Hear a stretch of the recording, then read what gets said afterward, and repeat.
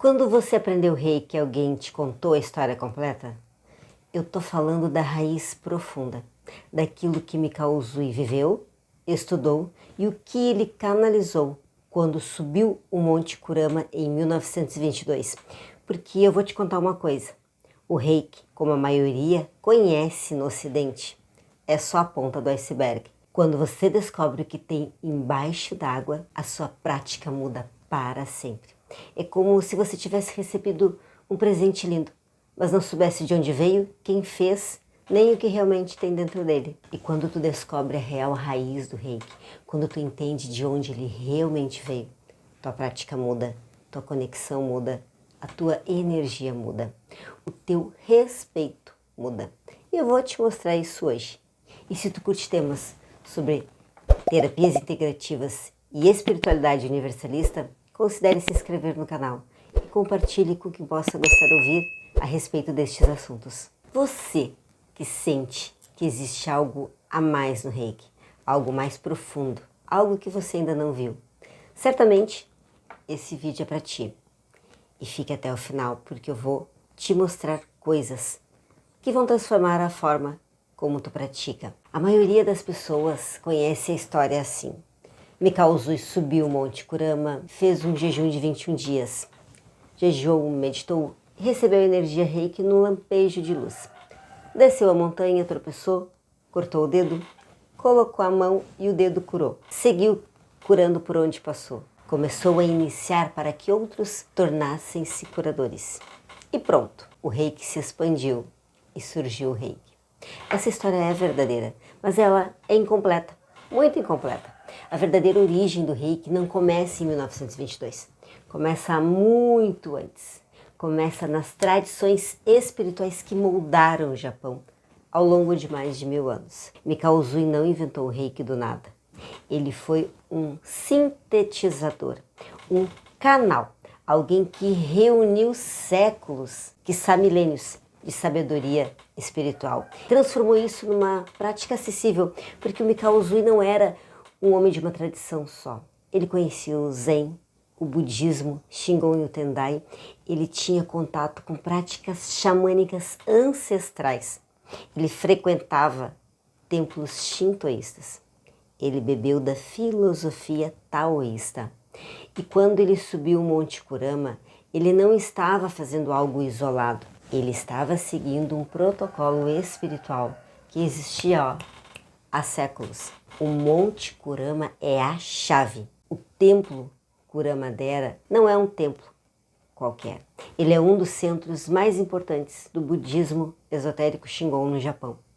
E também um local sagrado para o Shujendo, a tradição dos monges ascetas das montanhas. Quando Usui subiu aquela montanha, estava entrando num espaço onde por mais de 1000 anos monges jejuavam, meditavam, faziam rituais de fogo e recebiam poderes espirituais.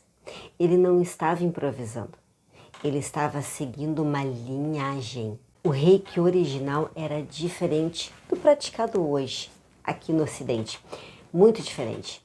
O Reiki que Mikao Usui ensinava incluía meditação diária, recitação dos 5 princípios do Reiki, práticas de respiração, técnicas de diagnóstico energético pelo olhar e pelo sopro, pela sensação, pela intuição bem trabalhada.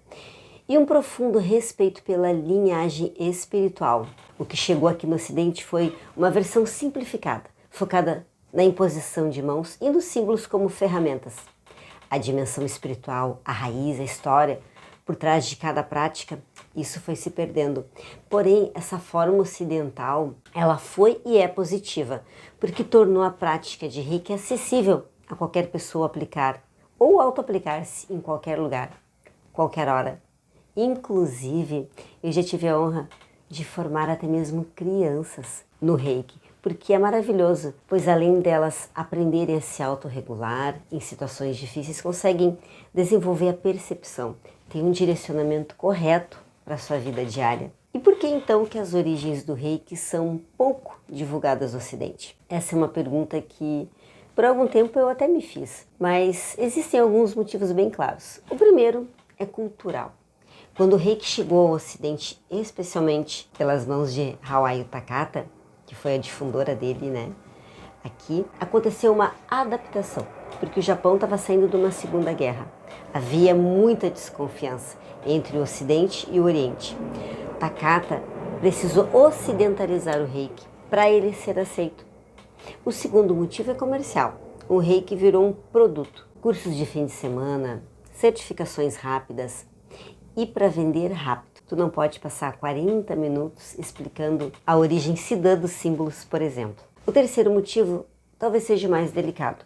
Houve uma separação deliberada entre o reiki e as suas raízes, budistas e shintoístas, porque religião assusta aqui no Ocidente. O preconceito com aquilo que não se conhece, o que se ignora, é muito grande.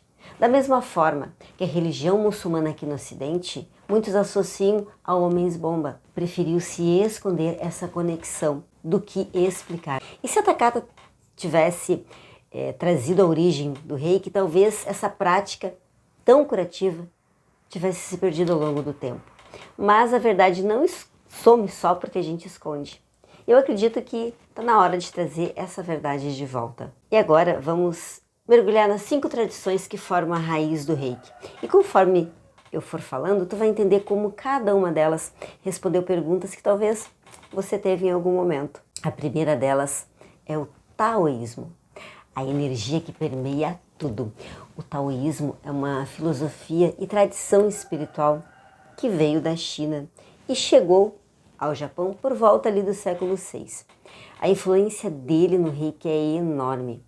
O taoísmo traz a ideia central no reiki, a de que existe uma energia vital universal que permeia tudo. Os chineses chamam de Qi, os japoneses chamam de Ki. O conceito de Ki não é exclusivo de uma tradição só.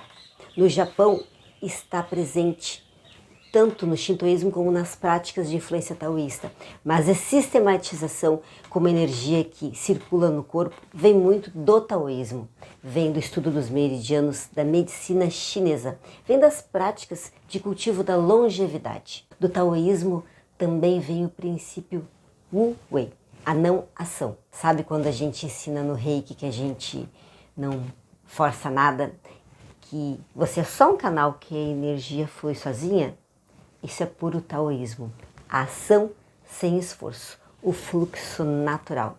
E vem também a visão do ser humano como um microcosmo conectado ao macrocosmo. Por isso, a expressão, o que está dentro está fora, o que está em cima está embaixo. Você não está separado do universo, você é o universo. Essa integração que acontece através da energia Qi. E como o shintoísmo está ligado ao reiki? O shintoísmo é a tradição espiritual nativa do Japão, anterior ao budismo. E no coração do shintoísmo está a ideia de que tudo na natureza possui um kami, um espírito, uma divindade. Montanhas, rios, árvores, pedras, tudo é sagrado. As divindades kami do shintoísmo fazem parte do reiki. Diretamente, os símbolos do reiki se conectam mais com divindades budistas, mas a mentalidade shintoísta permeia o reiki de ponta. A purificação antes de uma sessão, o gassho, que é as mãos em prece, né, que o Mikao Usui ensinava como meditação diária, a reverência ao corpo como um santuário vivo, a gratidão como prática central. Tudo isso é shintoísmo. E tem um detalhe importante, os ofuda, que são talismãs shintoístas, que são encontrados nos espaços para proteção. São os ancestrais direto da prática de desenhar símbolos no reiki.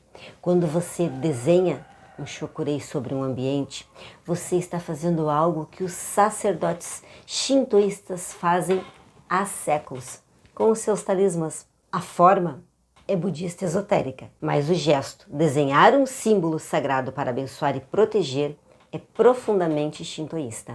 E vamos falar agora do budismo esotérico, o coração secreto do reiki, a tradição mais profunda e a mais reveladora.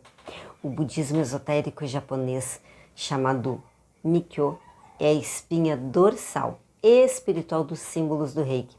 E existem duas escolas principais, o Shingon, fundada por Kukai no século IX, e a Tendai. O Mikyo trabalha com 3 ferramentas ao mesmo tempo: mantra, mudra e mandala, ou seja, os sons sagrados, os gestos das mãos e a representação visual. Agora pensa comigo, no Reiki, o que você faz? Você desenha um símbolo, isso é uma mandala, você entoa o nome dele 3 vezes, Chokrei, isso é um mantra, e você posiciona as mãos, isso é mudra, não é coincidência. Existem símbolos budistas dentro do Reiki, e isso é uma das coisas mais reveladoras que eu vou te contar hoje. Os símbolos de Reiki não foram inventados por Mikao Usui. Eles são simplificações de caracteres Siddha, uma escrita sagrada da Índia que viajou através da China até o Japão. E em japonês esses caracteres são chamados de letras de Brahma, a força criativa divina. No budismo Shingon, cada caractere Siddha não representa uma divindade, ele é aquela divindade. Desenhar o caractere é manifestar a força, e cada caractere está associado a um mantra, a sílabas sagradas, a sons que vibram em frequências específicas.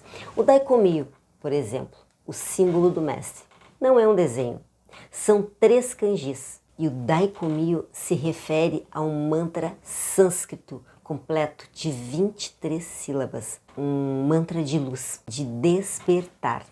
Então, existem mantras budistas profundamente conectados aos símbolos. Eles sempre estiveram lá, só não foram ensinados. E xamanismo japonês ancestral. Xamanismo faz parte das raízes do Reiki? Completamente. Antes do shintoísmo organizado, antes do budismo, existia o xamanismo arcaico do Japão. Xamãs, na maioria das vezes mulheres, entravam em estados alterados de consciência para se conectar com os espíritos, diagnosticar doenças e canalizar energias de cura. Inclusive, teve uma rainha xamã chamada Himiko, cujos registros escritos sobre o seu reinado ficou gravado somente na vizinha China. Isso há quase 2000 anos atrás. Ela subiu ao reinado aos 14 anos e disse que as suas assistentes todas eram xamãs, que ela aparecia pouco, ficando mais reclusa, e que as suas sacerdotisas, xamãs que levavam as suas palavras ao povo. As descrições, dizem que ela era descendente direta da deusa solar Amaterasu, ou seja, ainda há relatos que falam que seria ela mesma, a deusa solar Amaterasu encarnada, ou seja, uma avatar. Há vários rituais xamânicos presentes no Reiki tradicional até hoje, e eu vou listar para ti. Primeiro, a iniciação, o Reiju. Quando os mestres colocam as mãos sobre o discípulo e canaliza a energia, isso é transmissão xamânica direta, de mestre para discípulo. Sem livros, sem teoria, transmissão energética pura. Segundo, a cura pela imposição das mãos. Isso é universal em todas as tradições xamânicas do planeta. Terceiro, o Byosen, a leitura intuitiva do corpo. Você coloca as mãos e sente onde tem bloqueio, onde a energia está diferente. Isso é percepção xamânica. Quarto, o sopro curativo. Os xamãs ancestrais assopravam sobre os doentes para expulsar energias negativas e canalizar a cura. No Reiki tradicional, essa técnica existe. Quinto, o banho seco, um gesto de limpeza energética, passando as mãos pelo corpo. Xamanismo puro. Sexto, a fixação do olhar para diagnóstico. Os xamãs usavam os olhos como ferramenta de percepção espiritual. Tudo isto estava no Reiki de Mikao Usui.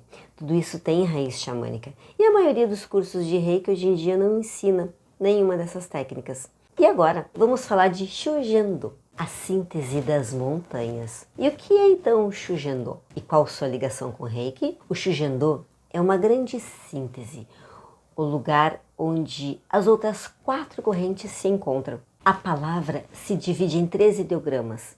Shu significa treinamento árduo, acesse, ou seja, um conjunto de práticas e disciplinas voluntárias, autodomínio, renúncia de prazeres materiais e exercícios espirituais intensos. Gen significa poder milagroso, capacidade de curar. E Do significa o caminho espiritual, ou seja, Shujendo é o caminho de adquirir poderes espirituais através de práticas ascéticas nas montanhas. Os praticantes são chamados de Yamabushi, aqueles que se prostam na montanha. Monges que se isolaram em picos sagrados, jejuavam, ficavam em cachoeiras geladas, rituais de fogo, meditavam em cavernas. Os monges das montanhas, eles influenciaram em muito o sistema de Reiki. E o que Mikao Usui fez no Monte Kurami em 21 dias de retiro, jejum e meditação, lampejo espiritual, é uma experiência clássica de Shujendo, documentada em textos desde o século XVI. O monge Akiubo Sokuden, que viveu entre 1509 e 1558, descreveu em seus manuais exatamente esse tipo de retiro e recebimento de poder espiritual. O Zui não estava inovando, ele estava seguindo uma tradição. E quais práticas do Shujendo foram incorporadas ao Reiki? Várias. Jejuns, meditações prolongadas, rituais de purificação, a invocação de divindades para cura, gestos e posturas, a reverência à natureza como fonte de poder. E tem um detalhe fascinante: a própria palavra Reiki, energia espiritual, atmosfera luminosa, aparece em textos antigos do Shujendo. Muito antes de Mikao Usui, o termo já existia. Usui o ressignificou como um sistema. E o Japão tem uma característica única, diferente do Ocidente, onde as religiões costumam competir. No Japão, elas se complementam. Tu pode nascer num ritual shintoísta, casar numa cerimônia cristã e ter um funeral budista. Isso é normal. E o Reiki é filho desse sincretismo, ele não pertence a uma tradição só, ele é a síntese de pelo menos 5. É exatamente por isso que ele é tão completo, porque ele não é estreito, ele é amplo, ele abraça o taoísmo, o shintoísmo, o xamanismo, o budismo, o shujendo, tudo numa prática só. E eu acredito que o Sr. Usui canalizou o Reiki com um propósito espiritual ainda maior, de mostrar que quando olhamos para o lado bom das coisas, como nesse caso das religiões, prezamos pelo bem-estar do mundo e encontramos a cura de nós mesmos. Por esse é o princípio do universalismo, no meu ponto de vista, aprender e retirar somente o melhor das religiões. No caso, o reikiano é alguém que pode levar a cura onde ele for, seja no reino vegetal, animal, até mesmo dentro dos ciclos religiosos onde ele pertença, porque quando eu trabalho melhor o meu humor, me torno alguém mais flexível no dia a dia e entendo, que nem sempre a vida vai responder como eu quero, que confio, que tudo que acontece tem um propósito quando eu sigo os princípios do Reiki, que são baseados no caráter de conduta, no amor ao próximo, seja ele o próximo, quem for, eu estou contribuindo de forma positiva para a melhoria das cidades, das populações, dos meios onde eu estou inserida. E tudo isso é uma onda. Como tu joga uma pedrinha no rio e aquela ondinha começa pequena e se estende. Assim é o Reiki. E agora vamos seguindo aí para o coração dessa nossa conversa, os símbolos e as divindades. E para falar dos símbolos e das divindades, eu gostaria primeiro de falar um pouquinho sobre quem foi o autor, Mark Rosak, e as suas pesquisas sobre Reiki. O Dr. Mark Rosak, doutor pela Universidade de Heidelberg, na Alemanha, a tese de doutorado dele se chama Siddha, a arte japonesa, rituais de cura. Ele passou 3 anos vivendo dentro de templos japoneses, Shingon, Tendai e Zen. Traduziu textos fontes em japonês e chinês. Aprendeu caligrafia com um monge zen. Fez a peregrinação de 88 templos a pé. Ou seja, esse homem não é só um teórico. Ele é um pesquisador que mergulhou na prática viva e que tem a minha total admiração. Já Walter Lübeck é coautor, junto com o Mark Rosak, desse maravilhoso livro, o grande livro de símbolos do Reiki, de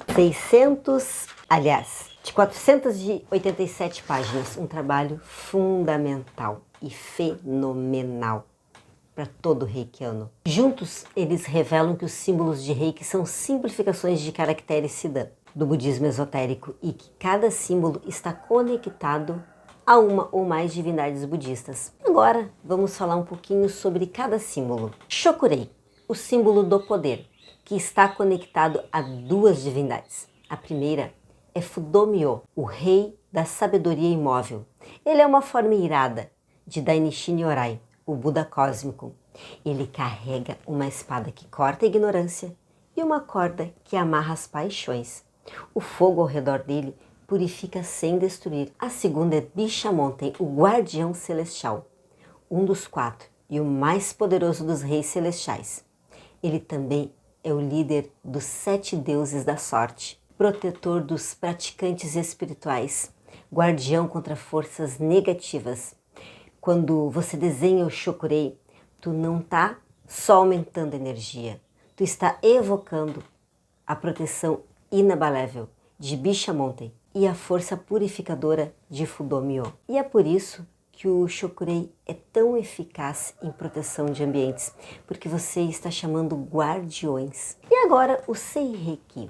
Será que existe conexão entre Seireiki e divindades budistas? Sim, e é uma conexão linda. O Seireiki é considerado o símbolo mental e emocional e está conectado a duas divindades de cura. A primeira é Yakushi Nyorai, o Buda da medicina, que carrega uma jarra com um elixir que cura o corpo e mente. A luz dele é azul, como lápis lazuli, e penetra nas causas mais profundas das doenças. A segunda é Kannon, a Bodhisattva da compaixão. Ela é representada com múltiplos braços, porque alcança todos os que sofrem. A energia da misericórdia, do acolhimento, da cura pelo amor. E particularmente é uma divindade que me ajudou muito quando eu iniciei no Reiki, pois ela me deu sustentação em muitos momentos difíceis no meu dia a dia.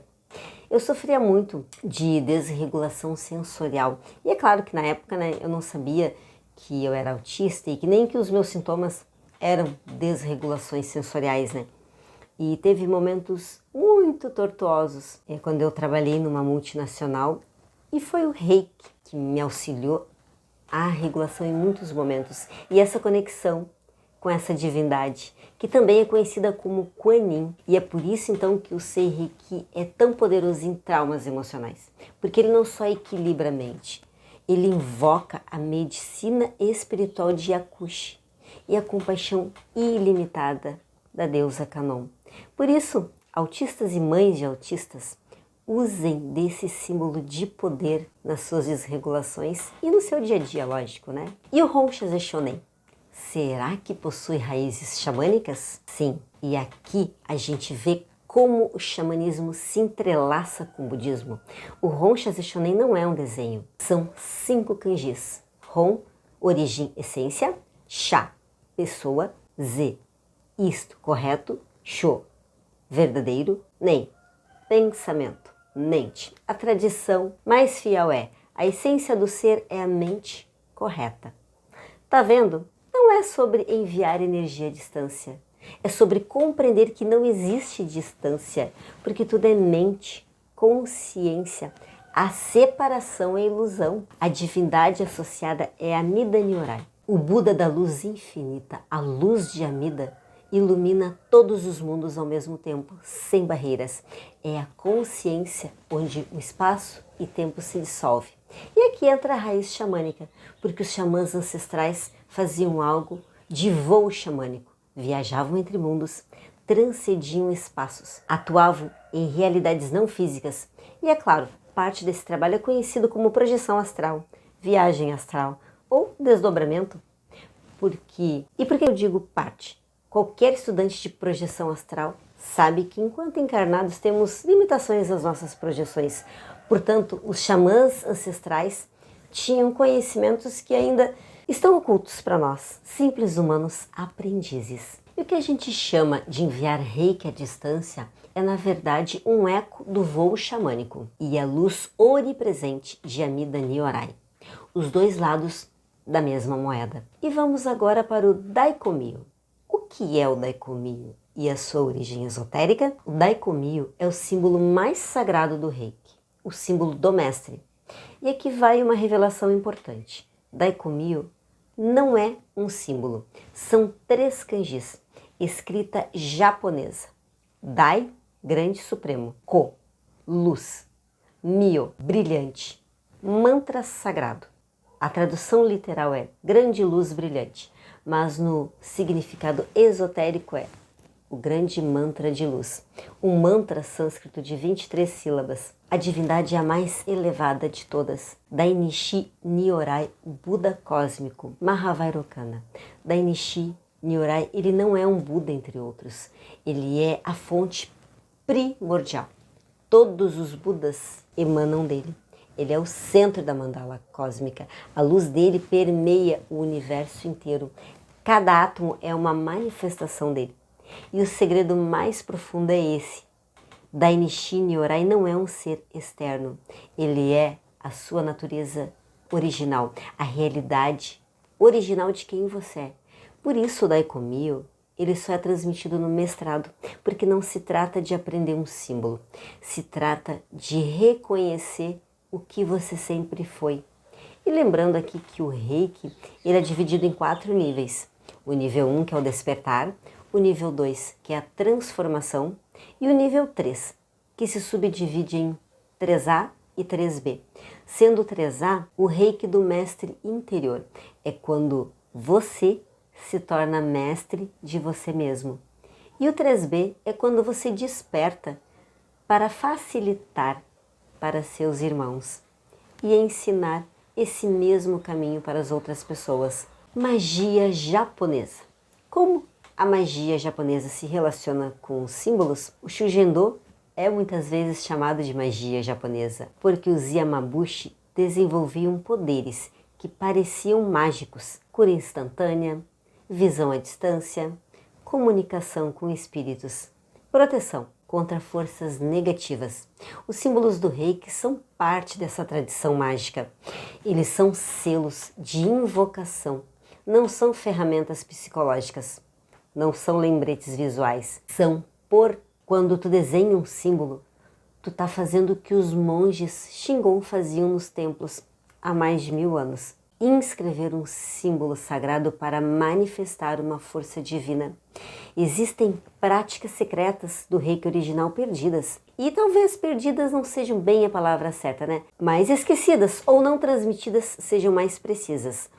Mikao Usui ensinava técnicas que a maioria dos cursos ocidentais nunca abordou. Por exemplo, o sopro curativo, o diagnóstico pelo olhar, o próprio banho seco, técnicas de corte energético e também a meditação, como o Gassho, que é bem conhecido, ou como mãos e preces, né? Que ele ensinava como uma prática diária. E os 5 princípios como mantra de transformação pessoal. A percepção energética como um sentido a ser desenvolvido. O Zui dizia que o Reiki não era, em primeiro lugar, sobre curar sintomas. Era sobre desenvolver a percepção para ler o invisível. A cura era consequência e não um objetivo principal. Isso ocidentalmente perdeu-se, até porque os ocidentais foram conduzidos ao medo, à materialidade, pelas próprias religiões que vieram dominando nos últimos 2 milênios. E por esse motivo, o Reiki escondeu a sua espiritualidade atrás da consequência final, que é a cura para os seus praticantes, né, ou seus consulentes. E alguns textos antigos que mencionam essa base do Reiki são os manuais de Shujendo do século XVI, compilados por Yakyubo Tsukuden, descrevem práticas de retiro nas montanhas, jejum, meditação e recebimento de poderes espirituais que são idênticas ao que o Zui fez. Os sutras do budismo Shingon, como o Mahavairocana Sutra, contém os mantras e as descrições das divindades que estão por trás de cada símbolo do Reiki. E a inscrição no Memorial de Mikao Usui, em Tóquio, também é uma fonte direta. Foi escrita por seus alunos e descreve quem ele foi, o que ele ensinou e as pesquisas acadêmicas sobre o Reiki, que são recentes, mas bastante sólidas. E tem muito material hoje em dia disponível, é só querer estudar. E quando você conhece essa origem, a sua prática muda. Você começa a desenvolver os símbolos com consciência, deixa de ver o Reiki apenas como uma técnica de relaxamento e começa a vê-lo como um caminho espiritual. Você deixa de ser inseguro sobre será que o Reiki funciona? E passa realmente a acreditar numa tradição que é utilizada há séculos. E eu te dou 5 exemplos para esse conhecimento transformar a tua prática. A primeira é que a tua presença vai mudar. Tu não aplica só uma técnica, tu vai estar seguindo uma linhagem. A segunda, a tua conexão se aprofunda, porque tu entendes que cada símbolo é um portal. E se tu trata cada sessão com a reverência que ela merece, a tua sensibilidade muda. Terceiro, a sua confiança cresce, porque você não tem mais que acreditar, você conhece, você tem base. E conhecimento com base é diferente de crença. Quarto, a energia flui diferente, mais profunda, mais precisa, porque a tua intenção vai estar alinhada com a intenção das divindades que você evoca. Quinto, você consegue explicar o Reiki com verdade para quem pergunta, para quem duvida, para os teus alunos ou consulentes. E isso transforma tudo.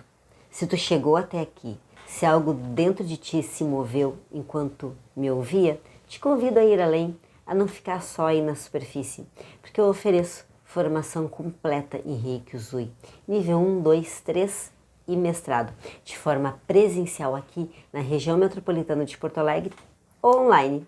E na minha formação você não vai aprender só técnicas, você vai aprender as raízes, a profundidade espiritual do Reiki, essa conexão com as divindades, as práticas que Mikao Usui ensinava.